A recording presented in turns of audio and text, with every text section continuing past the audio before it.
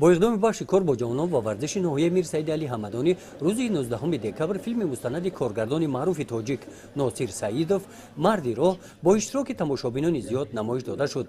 واقعه‌های مدهش سالهای 90 عصر گذشته، بحران سیاسی و اقتصادی، جنگ شهروندی و مشکلات به سر مردم رسیده و عاقبت‌های جنگ شهروندی را تماشابینان از نزدیک دیدند.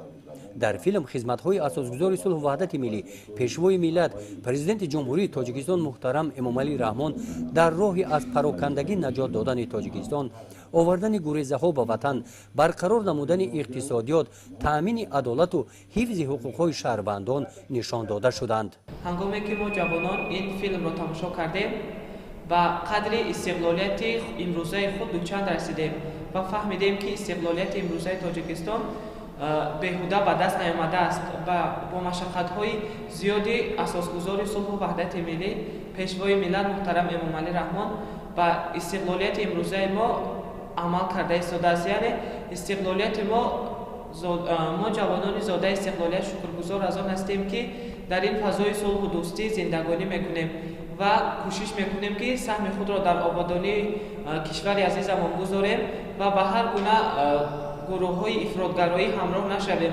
وقتی که اگر به هر گونه گروه‌های افراطگرایی همراه شویم و ما هیچ منفعتی نمیرسد و دولت را باز به همان روزهای پیش میبریم و از ممکن است که ملت تاجیک از بین رود. برای تماشای فیلم تحت عنوان ناموس وطنداری شکوه وطن است از جانب بخش کار با جوانان و ورزش با اشتراک نورسان جوانان اکسیه راهپیمایی گذرانده شد.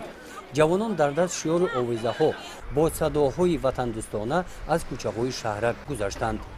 گزارش خواجه نظری خدای نظر ظهوروف از ناحیه میر سعید علی حمدانی برای برنامه اطلاعاتی نوید.